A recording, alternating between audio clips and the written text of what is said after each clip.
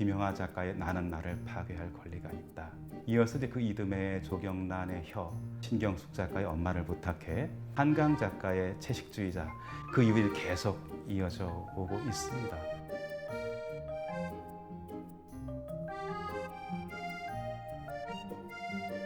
안녕하세요. KL 매니지먼트 이구용입니다. 네, 저를 가끔 소설 파는 남자라고도 부르더군요. 네, 반갑습니다.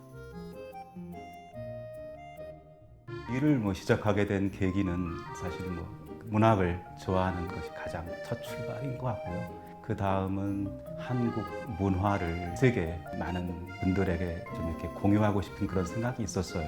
이걸 어떻게 하면 좋을까? 그러니까 제가 하는 일, 이 범위 내에서 생각을 하다 보니까 문학이 그 중심이 되더라고요. 그래서 95년, 96년도에 시도를 했지만 그때는 사실은 한국 문화에 대한 인지도가 해외에서 좀 약한 부분이 있었고 해외 출판 시장에서 경쟁력도 거의 없었기 때문에 쉽지가 않더라고요. 관심이 없어요. 액션도 없고 리액션도 없고 관심이 있다, 검토하겠다 이런 의지 표현도 없고 그래서 기다렸죠. 그러는 가운데 이제 2000년이 지나면서 2001년, 2002년이 되면서 아시아 출판 시장에서 한국 출판물에 대한 관심도가 생기기 시작했습니다. 영상 문화 콘텐츠가 아시아 출판 시장에서 이제 어필하기 시작했거든요. 그래서 가을 동화라든가 겨울 연가라든가 대장금이라든가 이런 TV 드라마나 필름들이 이제 아시아 시장에서 좋은 평가를 받고 시장에서도 좋은 어떤 피드백을 얻게 되면서 그것이 서서히 이제 출판 시장으로 확대가 된 겁니다. 일본에서 이제 그게 시작이 돼서 이것이 대만, 그다음에 중국, 동남아 시장, 태국, 베트남, 인도네시아 세 개국을 중심으로 해서 한국 출판 문화 콘텐츠가 이제 확대가 되기 시작합니다. 그러면서 이 시점이 됐으니까 이제는 영미 유럽으로도 승부를 걸어봐도 되겠다. 한국 문학을 좀 더 본격적으로 소개를 해보자. 그다음 어떤 작가, 어떤 작품을 가지고 갈 것인가. 그래서 저는 이제 작가 리스트업을 하고 작품도 작가별로 어떤 작품들을 진출시킬 것인가에 대한 구상을 하고 그것이 이제 2003년, 2004년도에 본격적으로 이루어지면서 첫 시도가 김영하 작가의 나는 나를 파괴할 권리가 있다로 된 겁니다. 그 이후에 이제 한 걸음 한 걸음 나아가면서 지금 2020년 지금 현재까지 이르렀어요. 그래서 처음 속도는 좀 더뎠지만 해를 거듭할수록 해외 독자들이라든가 시장에서의 반응, 그 다음에 언론이라든가 이런 다양한 이런 성과들이 같이 이제 서서히 드러나더라고요. 지금 현재까지는 종이책 중심으로 이제 진행이 됐지만 이미 이제 성과가 나타나기 시작했거든요. 영상 문화 콘텐츠로 이것이 다시 이제 거듭나면서 확대가 되고 있어요. 이 부분은 우리가 좀 앞으로 기대해 볼 만한 지점 아닐까 싶습니다. 한국 문학을 이제 제가 들고 이제 해외로 나가잖아요. 요즘은 이제 코로나 전국으로 해서 출장이 없지만 매달 가게 돼요. 보통은 책을 들고 출판사를 방문합니다. 그게 이제 저뿐만 아니라 수십 년간 이러한 방식은 다 이루어져 오고 있어요. 그래서 책을 들고 사무실을 방문해서 직접 실물을 보여주지요. 보여주면서 이렇게 펼쳐 보이기도 하고 작가 사진도 보여주기도 하고 나는 이 작품을 이렇게 읽었다. 한국 시장에서는 이렇다. 독자들은 이렇게 반응하더라. 또 언론에서는 이렇게 평을 하고 있고 시장에서 지금 몇 가 지금 팔리고 있고 이 책은 드라마로도 팔리고 영화로도 팔렸다. 판권이. 이런 얘기를 이제 이렇게 마주 앉아서 하게 됩니다. 그리고 내가 읽은 개인 아주 지극히 주관적인 의견, 직접 이 작품을 내가 어떻게 읽었는지, 나는 이런 게 너무 마음에 들더라. 근데 남들은 이 부분은 다 좋아하는데 나는 좀 아니야. 이런 얘기를 이제 가감없이 하게 됩니다. 그래서 이 부분은 우리 국내 독자들에게는 어필하는데 니네 독자들에게는 조금 아닐 것 같아. 그런데 한국 문화에 대한 경험을 하는 데는 괜찮을 것 같아. 왜냐하면은 네가 경험을 해보지 못했기 때문에 낯설고 약간 좀 이물감, 이질감이 있지만 사실은 그게 경험할 때 나오는 그런 거잖아요. 바로 그거를 이제 문학을 통해서 보여주는 건데 그러한 부분에 대한 것도 얘기를 하게 됩니다. 근데 이것을 다시 사실 메일로나 전화로 일일이 다 표현하기가 사실 한계가 있어요. 바로 이러한 지점에서 직접 만나서 한 작품 한 작품 얘기를 하게 되는 거죠. 그러다 보면 그냥 이 작품 속에서 본 거하고는 전혀 다른 감흥으로 이 작품에 반응하게 됩니다. 또 하나는 이렇게 이제 의자, 책상에 마주 앉아서 하기도 하지만 해외에서는 이렇게 리셉션 파티 같은 게 많잖아요. 맥주라든가 샴페인이라든가 와인이라든가 아니면 뭐 일반 뭐 펍이라든가 이런 데서 이제 그 무방비 해제 상태에서 그냥 얘기하는 거죠. 뭐 최근에 우리 작가가 이런 책을 냈는데 이렇더라, 뭐 저렇더라. 괜찮은 것 같아. 그냥 이렇게 툭툭 던지는 겁니다. 이게 이제 도서 전시장에서 이루어지기도 하고 아니면 전시가 끝난 이후에 식사 자리에서 차 마시면서 맥주 한잔 하면서 진행이 되기도 합니다.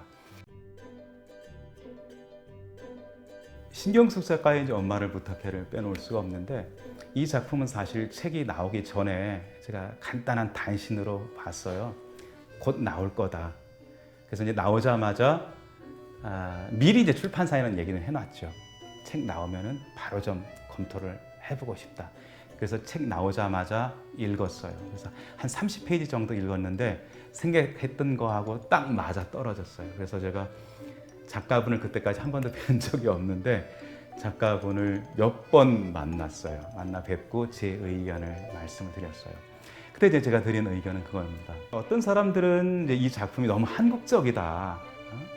한국 사회, 한국 엄마, 그래서 이게 쉽지 않겠다라는 생각을 했지만 사실은 저는 그 지점이 경쟁력이라 저는 봤어요. 일단 엄마를 부탁해라는 이 작품이 문학적으로 완성도가 높았고 그리고 신경숙 작가의 어떤 이 문학적 스타일이 잘 표현이 됐고 그리고 그 작품이 담고 있는 그 내용이 해외에서 보기 어려운 같은 엄마이면서도 또 다른 한국의 엄마가 다른 그 지점을 아주 잘 보여주고 있어요. 그러니까 여기서 엄마는 그냥 엄마인 거예요. 나는 누구의 엄마고 누구의 남편이고 이런 거예요. 여성으로서의 나는 별로 존재하지 않아요. 그러다 보니까 해외 독자들은 한국은 어떨까라는 그간의 경험이 없었는데 바로 이 지점을 보여주게 된다면 공감을 하게 될 것이다. 공통적인 엄마는 이런 부분은 우리하고 비슷하네. 그런데 한국의 엄마는 이 지점에선 다르네. 그리고 한국의 여성이 한국 사회, 한국 역사적 맥락, 사회적 맥락 속에서 이렇게 또 다르구나. 이런 부분이 어필하겠다. 다르면서도 어필하겠다라는 생각을 했고 소개를 했죠. 그랬는데 역시나 굉장히 빠른 속도로 피드백이 왔습니다. 짧게 이제 한 20-30페이지 분량의 이제 영문, 샘플 번역을 해서 보여줬는데 이 작품을 산 랜덤 하우스 안에 있는 하나의 이제 계열사예요. 크노프라고. 이 편집장이 보고는 너무 감동을 받았다. 무척 감동을 받았다. 심지어 우리 이 스태프들이 전 스태프들이 다 이 작품을 읽고 다 눈물을 흘렸다. 너무 감동을 받았다. 그래서 바로 계약이 진행이 됐어요. 그러면서 이어서 바로 판권이 계약이 확대됐고요. 최근에 이제 마케도니아에 이르기까지 41개 나라로 판권 수출이 진행이 됐습니다. 차별화된 개성과 그다음에 보편적 아이디어가 같이 결합되어 있는 이것이 문학적으로 잘 표현된 작품. 이것이 이제 세계 출판 시장에서 경쟁력이 있다고 저는 보는 겁니다. 그래서 제가 한국 문학 작품을 발굴해서 이렇게 이제 끌어올릴 때는 제 개인적으로는 그러한 부분들을 많이 봅니다. 한 권의 책을 해외로 소개하기 위해서는 우리가 이제 수입할 때는 우리 국내에서 다 영어 검토가 가능하기 때문에 그렇게 해외에서 준비하는 건 많지는 않습니다. 상대적으로. 근데 우리는 반대로 우리 한국어가 소수 언어이기 때문에 그 한계 때문에 해외의 담당자들이 편하게 검토할 수 있는 자료를 제공을 해줘야 됩니다. 소설 작품의 경우를 예를 든다면은 영문 시놉시스가 필요하고요. 그러니까 한 페이지 원고 200서 원고지 한 10매 분량 A4지 한 장, 길면 한 장 반 내지 2장, 시작부터 끝까지 이 작품 전체를 이해할 수 있는 이런 내용을 담은 거예요. 이 안에는 줄거리, 그러니까 플롯도 들어가야 되고 주요 캐릭터에 대한 이야기, 작가에 대한 얘기가 다 들어갑니다. 그리고 검토자의 의견, 이 작품이 이를테면 미국의 어떤 작품과 좀 비슷한 부분이 있다, 견주어 수 있다, 이런 것까지 이제 다 의견을 넣습니다, 그 안에. 그래서 이런 영문 소개 자료와 그 다음에 샘플 번역, 그래서 30페이지에서 50페이지, 많을수록 사실 좋긴 하지만 국내에서 그걸 준비할 때 시간과 비용이 들기 때문에 이 부분을 또 준비를 해야 됩니다. 그런데 이제 여기서 중요한 부분, 우리가 이제 그러니까 주의해야 될 부분이 뭐냐면 영문 자료예요. 우리가 이 백화점 갔을 때 아니면 어떤 시식 코너에 갔을 때 먹어보고 맛있어야 이거를 사잖아요. 만약에 이 작품의 원작은 그야말로 베스트인데 이 샘플 번역이 다소 어색한 거예요. 그러면 읽는 사람은 이 번역이 어색한 건데 번역이 어색한 것도 있겠지만 그런 느낌도 있겠지만 원작이 약간 좀 어색한가 뭔가 좀 부족한 듯 이렇게 느낄 수 있습니다. 그렇기 때문에 원작을 고를 때 못지않게 역자 선정에는 주의를 기울여야 된다. 그래서 이제 이렇게 샘플 번역을 준비를 하고 그게 다 준비가 되면 이제 해외 에이전트라든가 해외 편집자에게 소개를 합니다. 그래서 그들은 이거를 검토한 후에 내부적으로 논의를 거치고 계약 여부를 판단하게 되죠. 그래서 그렇게 해서 이제 오케이 사인이 났어요. 그러면 이제 계약을 진행하고 그 다음부터 이제 번역에 들어가죠. 그렇게 해서 진행이 되고 나중에 출판이 되는데 영미권의 경우는 출판 직전에 많은 노력들을 기울입니다. 현재 출판사 내부에서 이 작품을 어떻게 프로모션 마케팅 할 것인지 전략을 짜고 그거를 이제 실행에 옮깁니다. 그래서 작가들의 인터뷰 일정, 또 출판 이후의 프로모션 일정, 여기까지 다양한 진행이 이루어지고 있고 그 다음에는 이제 기회가 되면 작가를 현재 초대해서 독자와의 만남에 순서를 갖는다든가 아니면은 어떤 특정 공간에서 강연을 하게 해서 현지 독자들과 만나는 기회를 만든다든가 아니면은 문학 페스티벌이 있거든요. 해외 다양한 도시에서 그런 거와 연계해서 작가를 초대해서 현지에서 교류할 수 있는 장을 마련한다든가 이런 방식으로 해서 이 작가와 작품이 전파가 됩니다. 그렇게 해서 이제 독자들과 꾸준히 만나게 되고 다양한 매체를 통해서 주목이 되는 거죠. 시작부터 그 이 책 출판 이후까지는 이런 과정인데 시간적 거리로 본다면 대체로 소개해서 그 판권 계약까지 오래 걸리는 경우도 있겠지만 1, 2년이 걸린다로 가정을 했을 때 계약 이후부터 이제 출판까지는 보통 영어권인 경우는 한 2년, 길면 한 3년 정도 걸리는 것 같고요. 요즘에는 이제 신경숙, 한강, 또 최근에는 82년생 김지영, 조남주 작가의 이 책도 굉장히 활발한 반응을 보이고 있고요. 또 손원평 작가의 아몬드도 일본, 미국에서 아주 좋은 반응을 보이고 있습니다. 그러다 보니까 할리우드 쪽에서, 그러니까 영국과 미국의 드라마, 필름 시장에서 한국 문학을 원작으로 한 그 해당 판권에 대한 구매의 관심이 높아지고 있어요. 그래서 이제는 문학 수출을 넘어서 그 우리 문학을 원작으로 한 드라마 판권, 영화 판권, 또는 이제 나아가서 뮤지컬이라든가 오페라까지 갈 수 있는 그런 상황이 됐습니다. 우리가 이제 많이 그런 얘기를 하고 있잖아요. 원 소스 멀티 유즈라고. 여기에 걸맞는 이런 우리가 문화 해외 진출 전략을 폭넓게 그림을 그리면서 갈 필요가 있겠다. 그에 대한 예로 엄마를 부탁해는 미국 드라마 판권이 팔렸고요. 또 최근에 서미애 작가의 잘 자요 엄마는 영국 드라마 판권이 팔렸고, 또 김원수 작가의 설계자들 또한 영국으로 영화 판권이 팔렸고, 지금 진행되고 있는 또 다른 어떤 한 작가의 작품도 있습니다. 이처럼 이제는 어느 정도의 궤도에 올랐다, 이렇게 볼 수 있습니다. 업무로서의 어떠한 그 재능도 중요하겠지만은 이 작품에 대한 이해도와 관심, 개인적인 관심이 굉장히 중요하다.